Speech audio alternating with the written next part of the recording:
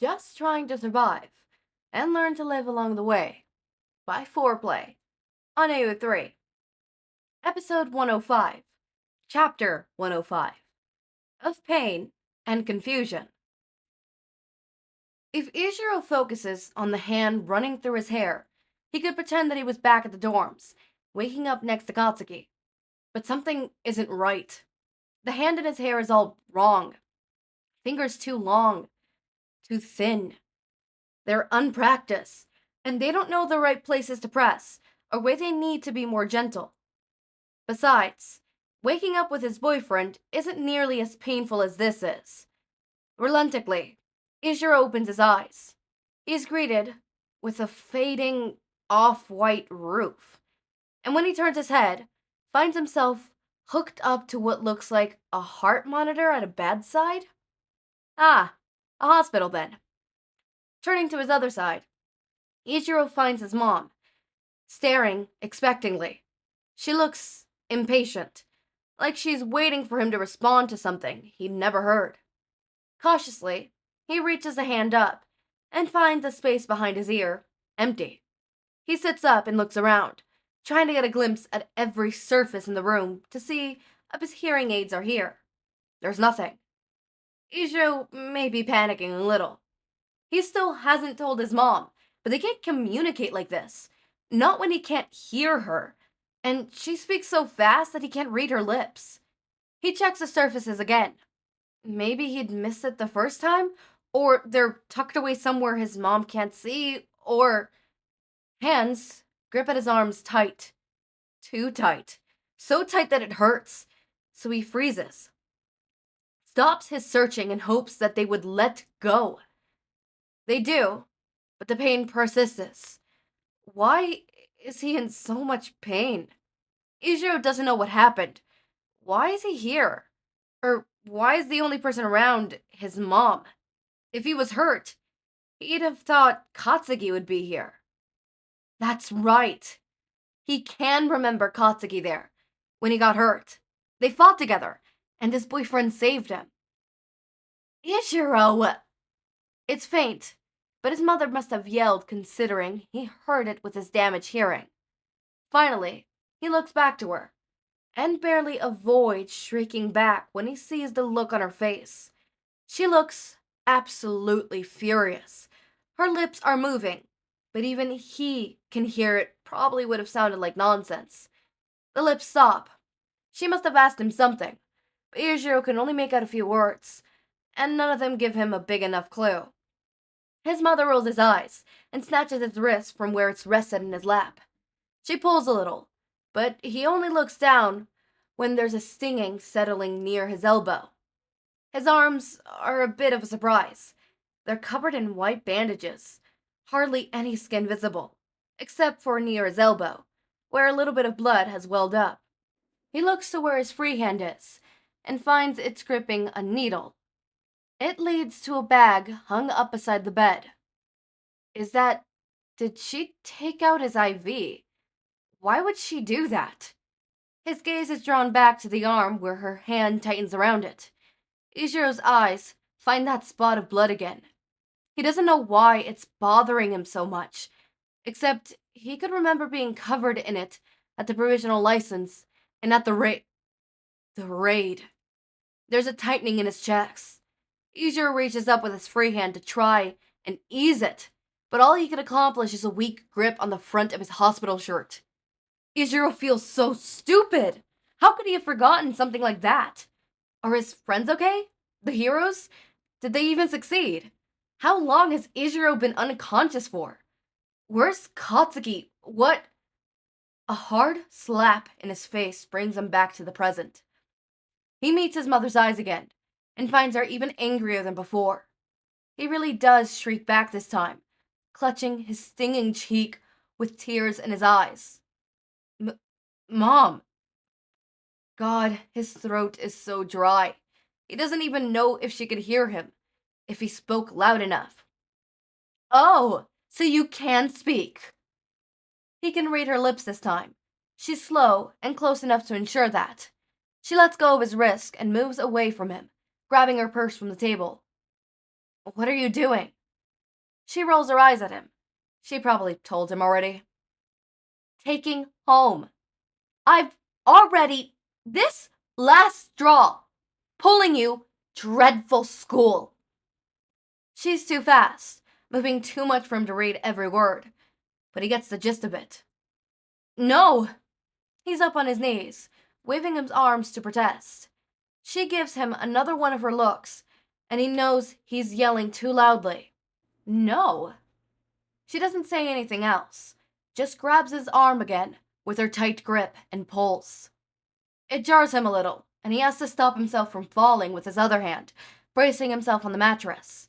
Even the small impact sends pain up his arm. She yanks again, and it takes all his strength to resist it, but she just keeps pulling, grip getting tighter and tighter. There's a little red leaking through the bandage below her fingers. Eijirou finally lets out a sob, but that only seems to spur her on, so he does his best to stop the sound. He gazes up through her blurry eyes and sees her lips moving again, but he doesn't know what she's saying. But suddenly she stops. He tries once again to pull his arm away, but her grip is steady. She's not even looking at him anymore, gaze fixed on the door. Eijirou follows it and finds Izuku. They stare at one another for a second, but then there's another tug on his arm, and he's filled with a sensation of falling. The feeling ends when he smacks us into the hard ground, pulling him in even more pain. He landed awkwardly. He doesn't have the strength to move. There's a new pain, where his arm got twisted. It's being held at a painful angle now, and there's absolutely nothing he could do about it. His mother isn't moving, and he's not in the right position to see anything. He tries shifting, but that just enlightens the pain again, so he freezes. He could feel through the floor when Izuku runs towards them. He could feel his mom shift when she shoves him away. Izuku goes flying into the cabinets, and Eijirou knows that his mother used this quirk on him. His friend doesn't get up, only shifts enough to make eye contact with Eijirou. And then, he stares in horror as blood starts leaking from Izuku's mouth. Oh my god. Are we doing charges? Are we pulling charges? Is that what we're doing today? Charges? Pulling charges? Yes? Charges? Charges? Somebody's getting, custody taken away? I'm sorry, but what the actual fuck is the mom thinking? Okay. What do you mean you pulled out his IV? Do you know the condition he's in? Did the doctors tell you that that's okay? Did the doctors discharge him? No? Then you should not be pulling out his IV. You should not be pulling out his goddamn IV. You should not, seeing that your son is all bandaged up in the arms, grip his arm tight enough and pull. I'm sorry, that is not an acceptable behavior. Clearly, blood is already pooling to the point where Kirishima can see it and Izuku can see it, and I sure as hell damn sure she could fucking see it. That she chooses to ignore it is another fucking issue. She sees that the thing she's doing is causing her son to bleed more. You're aggravating the wounds he has. You are making it worse. You are being an issue for your son's health. Now, one might think, oh, it's not that bad, it's not that big, it's not that much of an issue. But it is. Shit like this could get someone killed. What if she didn't pull at the IV correctly and she breaks the needle? What's gonna happen with that needle? That needle's gonna go into his fucking bloodstream and go to his heart. That shit could have killed him. As for the arm thing, we do not know how healed or unhealed his wounds are. If she just aggravated to the point where she opened up stitches or opened up whatever they did to his arm again, that's just another thing that they're gonna have to do again. And that is wasting energy that your son was using to heal himself, and now you're making him waste energy to re-heal something that was already healed because you chose to be fucking bullshitting right now by pulling your son's arm by the hand? I get you're mad. I get that you're worried, but that does not give you the right to detriment your kid's health. It doesn't. I give a shit. I do not give a shit. All right? I don't give a rat's fucking ass. I'm pissed, as you could tell. I'm a little heated. I'm just a tad bit heated, alright? Chapter 106 is called Of Heroes in the Hospital, and summary, Eijirou just lays there hoping for someone to be his hero, and someone will be his hero. Hopefully. I hope. Fingers crossed. Once again, we have child abuse, violence in this chapter, blood, and injuries. Ugh, it is child abuse. I'm glad that the floor play is acknowledging the fact that this is very much blatant child abuse. One might say it's not, but this is a form of child abuse.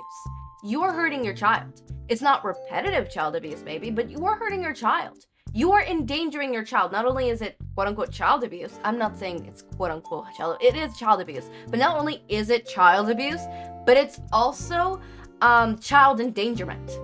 It's both of those. Because I'm sorry, you're making your kid leave the hospital?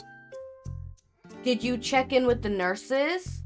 Did you sign all the papers? Because I'm sure hell you did not. Otherwise, they would be the one removing the IV. They would be the one escorting you out. You did not sign any papers. I could bet you that she did not sign any motherfucking papers saying that she wanted to discharge him early. And even if that was the case, that is child endangerment in my point of view. Now, is it legally child endangerment? One might argue that she is in her rights to do that, right? One might argue that she's not in her rights to do that. That's a tricky question. That's a tricky answer.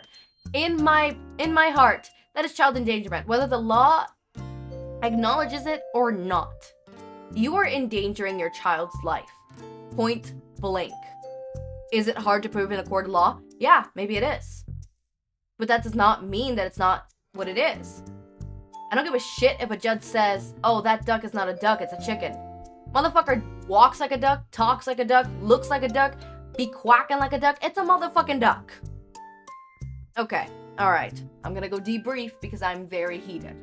Anyways, as always, my raindrops, make sure to eat, sleep, drink water, take your meds. Have a wonderful day or night. Link to my Discord server and socials are down in the description. Subscribe to see more of my content, and thank you so much for watching.